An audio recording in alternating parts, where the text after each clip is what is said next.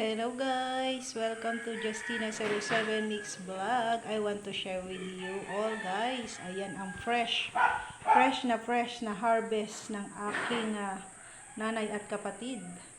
Sa lote ng aking kapatid na si Shoni. Ayan, mga tanim yan guys ng aking nanay. Ayan, sa lote ng aking kapatid. Ayan, nag-harvest sila ngayon guys. Kasi nagbisita sila. So, ito yung kanilang mga na-harvest sa tanim ng aking nanay. Kasi yung mga maliliit na lote na napundar ng aking mga kapatid, tinataniman ng aking nanay ng mga kung ano-ano guys. And now, ayan, ito yung mga harvest niya. Ayan, may papaya, lemon. Ang lalaki guys ng ibinungo ng kanyang lemon. Oh, ang laki. Ang laki ng lemon guys na yan. Oh, lemon. At syempre ang pineapple dahil ay hindi sila agad nakabisita. Ayan guys, oh, merong talagang dilaw na guys. Yan ay bagong-bagong puti laang guys. Bagong-bagong harvest. Ayan oh. Pineapple guys. Pineapple. Ito guys ay walang pataba. Ito ay organic na organic talaga. So ayan. Ayan guys, napakalalaki. Napakalalaki. Oh, napakalalaki. Talagang kasama pa guys talaga yung So ayan guys, kung bibilihin ito guys, napakamahal po nito. Kung bibilihin ito, napakamahal nito. Itong pinya. Ang pinya, napakamahal niya. So itong overripe na halos guys, itong sobrang dilaw na talaga guys, ay babalatan ko na yan mamaya para maano na namin. Makain na agad namin. So itong iba, yan. Hindi pa naman yan, okay pa yan. Hindi pa yan masyadong ano. Yan, may kasama pa nga guys, damo. Oh. Ayan, sobrang tatamis nito guys. Kita nyo naman may ayan, may kasama pa guys ng mga damo-damo. Oh. Ayan, damo.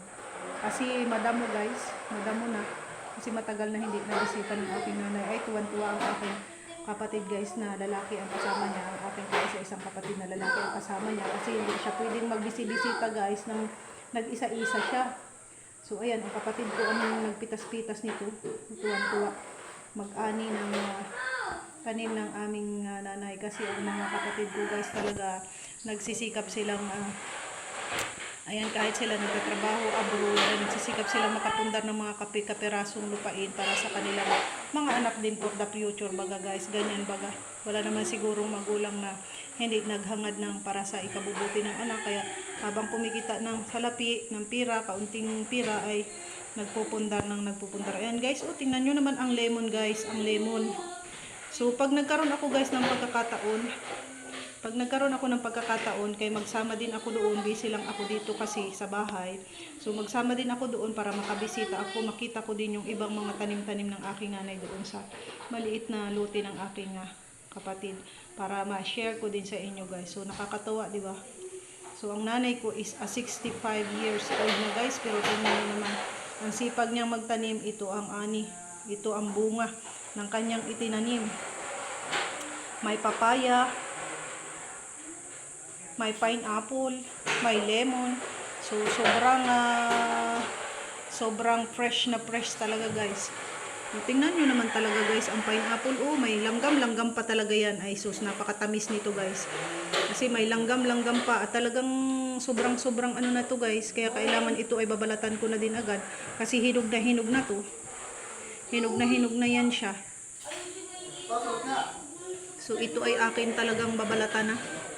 Ang pineapple na. Ang laki-laki pa naman guys. Ang laki-laki. Sus, large ito, mayroong extra large. Ay sus, Ginoo. Talagang pambenta size talaga guys. Pambenta size ang size ng mga pineapple na ito. So ayan guys, ini-share ko lang sa inyo, hoping na natuwa din kayo katulad ko, natuwa sa magandang bunga ng mga tanim ng aking nanay, harvest na pineapple.